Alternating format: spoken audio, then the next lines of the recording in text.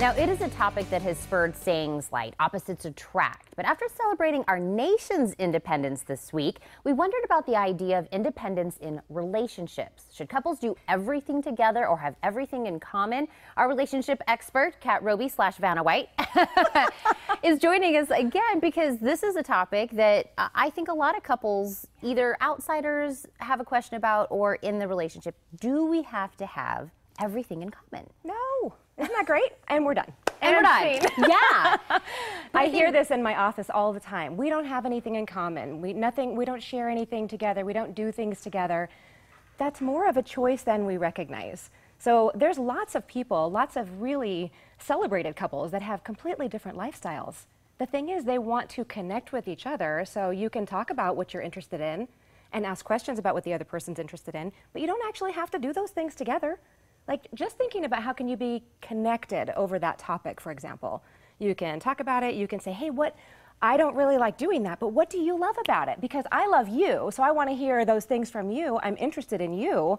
That's the important part. Yeah. You don't have to be interested in that thing or that hobby or whatever it is, but being able to support each other and also knowing where there's a healthy balance between the two. Like, a completely independent life probably could be questioned as well. So like having two lifestyles so much so that you're maybe just roommates would be a place to go, are we really connecting? Because again, it's not that you do everything together, but where are you connecting and in what time and place? Yeah.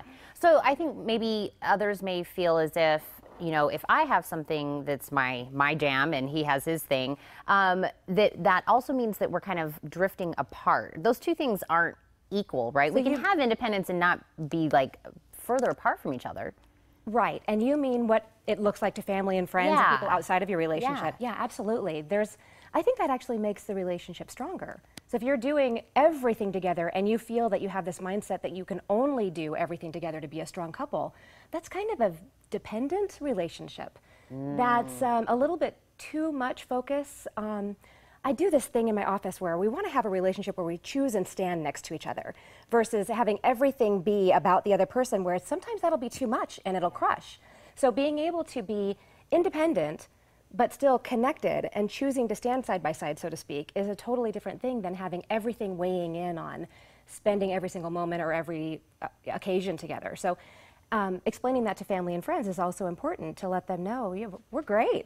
You know, we're so great because I get to go to my event and he's going to stay home, or vice versa, or he's going to go out with the guys after work, and I don't have a problem with that. And then we get to talk about it. So it actually enriches the relationship because you're bringing new dynamic information in, so to speak, especially if you're then interested in hearing about, well, how was happy hour tonight? What was it like? Who was there? Well, you know.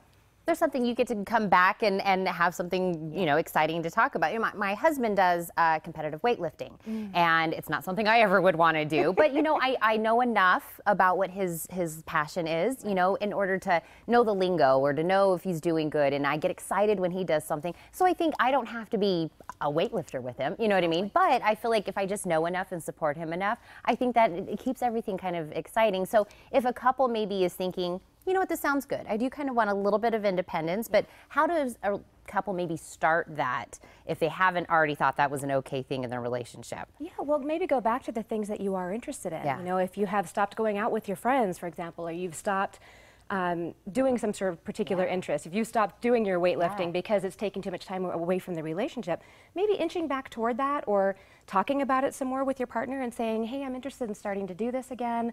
How would you feel about it? Not necessarily for permission, but to also check in to say, hey, this is something I'm really wanting to maybe put my toe back into the water. How would you feel about it? And maybe you'll get, you know, sure, tell me all about it, or hey, maybe that makes me a little bit nervous. But still, there's always a place to talk further if you're open to that. You know, it's not so rigid and structured that it's just about whether you're doing the event or not. So yeah, I think even a tiny thought toward what can I do this month that might put me out there, or check if there's meetup groups that are doing something like that, or however you think is going to be the best way to put your foot back out there. You have such great advice. I always love when you come on. It's always a topic that I feel a lot of people can, you know, relate to. Yeah. So that's why we have you on, not only just to hold cutouts of cats and dogs for us. It's nice to be needed. Yeah, I love you so much. Thank you so much for coming in. And even for more relationship advice, call Kat Robey at 906-3392 or go online to robeycounseling.com as well.